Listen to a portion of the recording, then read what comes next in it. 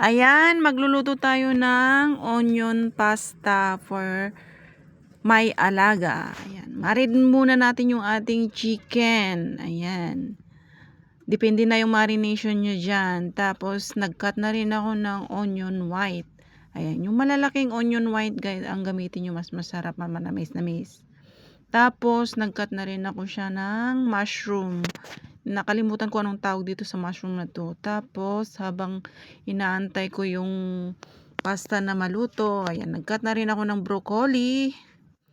At ito nga guys, yung ating lahat na ingredients na i-prepare para sa ating onion pasta. Una is igisa lang natin yung bawang. Ayan, wag nyong susunugin guys kasi mag-iiba yung lasa niya. Yung mag-brown-brown lang siya ng konti. And then, pag medyo brown na ng konti, lalagay na natin yung ating onion na white. Ayan, yan yung ginagamit ko yan guys. Mas maganda kasi yan kaysa yung pula kasi yan manamis-namis. Ayan, halo-haluin nyo lang siya. Ayan, habang hinaantay nyo siya maging malambot na, pakulo tayo ng pasta. Ayan yung ating pasta. Spaghetti yung aking pinili kasi ayaw nila ng linguine. Linguine ba ang tawag doon? Ayan, ating pinapakuluan natin yan. Tapos, ayan. Hindi ko na nakuha na yan guys yung paglagay ko ng mushroom kasi nga hindi pala naka-play. Habang pinapakuluan na ay inaantay nating mag-caramelize yung onion, ayan, luto na rin yung ating pasta at ready to serve na.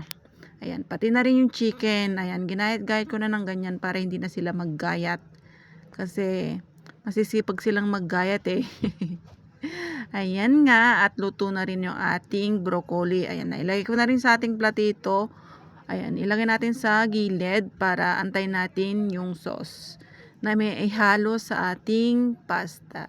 Ayan na yung ating pasta. Luto na at na-drain ko na. Binasa ko siya ng malamig. Ayan. Ito naman yung ating chicken na